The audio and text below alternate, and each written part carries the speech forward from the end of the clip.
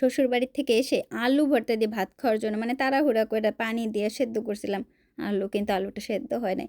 Hello, সবাই কেমন আছেন? আমি কলিকল্পনা, সাউথ কোরিয়া থেকে। ভাইরে ভাই, এই যে মরিচ পোড়াইলাম, মানে শুকনা মরিচ পোড়া দিয়া ওই যে লবণ দিয়ে ভালো করে মাখাইতেছি। একটু ভালো করে মরিচটা একটু মাখাই নিলেই কিন্তু ভালো হয়ে যায়। তারপরে ওই যে পেঁয়াজটারে মাখাই সুন্দর করে এক সাইডে রাইখা দিছিলাম। একেকজন তো একেক রকম, তাই না? তা আমরা মা ছেলে, মানে আমি আর আমার ছেলে জিও, যখনই চিন্তা করি, যখনই আমাদের অনেক বেশি কষ্ট হয়, অনেক বেশি ক্লান্ত হয়ে পড়ি আমরা, তখন আমরা একেবারে সত্য কথা আলু ভর্তাটাই সবচাইতে বেশি পছন্দ করি, যে আলু ভর্তা দিয়ে ভাত খাবো। তো এই যে আলু সেদ্ধ করে নিয়ে আসছি পানিতে, কিন্তু কথা হয়েছে কি, এই আলু যে এমন সেদ্ধ করছি, আমি কিন্তু দেখছি যে আলুটা গলে গেছে, কিন্তু গলে নাই দেখেন। তারপরে আবারও ওইটারে সেদ্ধ করছি বেশ অনেকক্ষণ ধরে। সেদ্ধ করার পরও ওইটা ভাঙতে পারতেছিলাম না। তারপরে এটার অন্যভাবে একটু ভেঙে ঠেঙে নিয়েছিলাম, কিন্তু তারপরে একটু একটু চাকা চাকা ছিল, কোনো সমস্যা না, তারপরে তো খাইতে হবে। মানে আমাদের না আলু ভর্তা এত এত বেশি পছন্দ মা ছেলের, তা বলার মতো না।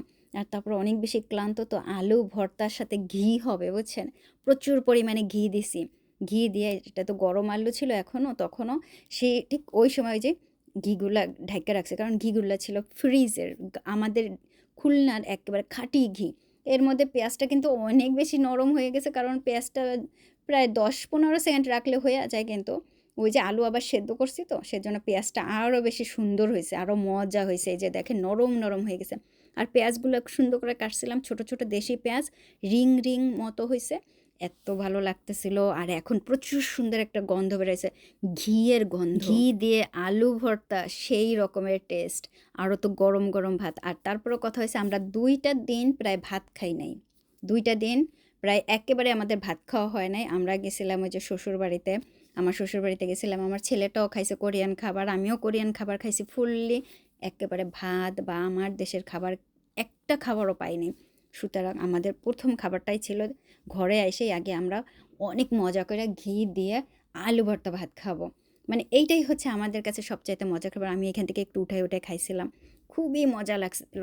তারপরে প্রচুর পরিমাণে ভাত নিছি, এত পরিমাণে ভাত নিছি, আরও গরম গরম হাওয়া ওঠা, দেখেন গরম ধোঁয়া উঠতেছে। এই ভাত আমরা পুরোটাই খাইছিলাম, আমরা মা ছেলে প্রচুর পরিমাণে ভাত খাইছি। তারপরে কিছু শুকনা মরিচ নিয়েছিলাম পোড়া, যে শুকনা মরিচগুলো কিন্তু আমরা সম্পূর্ণ এই 5টা না 6টা এখানে শুকনা মরিচ নিয়েছিলাম, পুরোটাই আমরা খেয়ে ফেলছি।